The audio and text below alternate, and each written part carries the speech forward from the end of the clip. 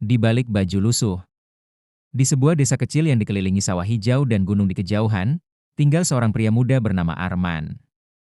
Ia tampak biasa saja, pakaiannya lusuh, sendalnya sudah aus, dan ia tinggal di sebuah gubuk kayu reot di pinggir desa. Tak banyak yang tahu asal-usulnya, dan karena penampilannya, ia kerap dipandang sebelah mata oleh warga desa.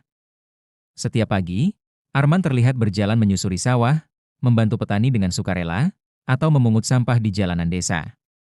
Ia tak pernah meminta bayaran. Banyak orang menganggapnya malas atau tidak berguna. Lihat si Arman itu, kerja nggak jelas. Pantas saja miskin, ujar seorang ibu-ibu di warung. Namun, ada satu hal yang membuat Arman bertahan di desa itu. Laras, gadis desa yang ramah dan rajin, anak pemilik warung sembako. Laras tidak pernah benar-benar meremehkan Arman, tapi ia juga tak memberi lebih dari sekadar senyuman. Arman jatuh hati sejak pertama kali melihat Laras membantu ibunya melayani pelanggan di warung. Diam-diam, Arman menaruh harapan.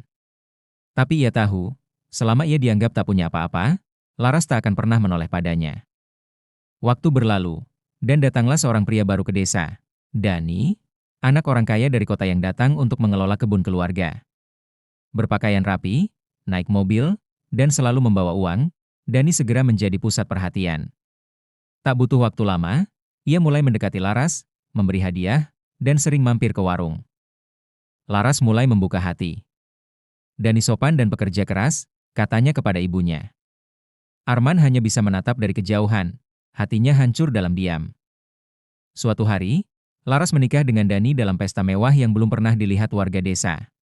Semua orang hadir, kecuali Arman, yang memilih menyepi di tepi sungai. Air matanya jatuh, tapi tak ada yang tahu. Beberapa bulan setelah pernikahan itu, terjadi gempar di desa. Sebuah perusahaan besar membeli tanah luas di dekat desa untuk membuat resort. Dan yang lebih mengejutkan, pemiliknya ternyata adalah Arman. Ya, pria yang selama ini dianggap miskin ternyata adalah pemilik perusahaan tersebut. Arman adalah anak tunggal dari keluarga pengusaha sukses di kota. Ia datang ke desa bukan untuk mencari uang, tapi untuk mencari seseorang yang mencintainya tanpa memandang harta. Ia menyamar, berharap menemukan cinta sejati dalam kesederhanaan. Kini, semua orang ingin dekat dengannya. Tapi Arman hanya tersenyum, tetap rendah hati, dan membantu desa berkembang dengan membangun sekolah dan klinik gratis.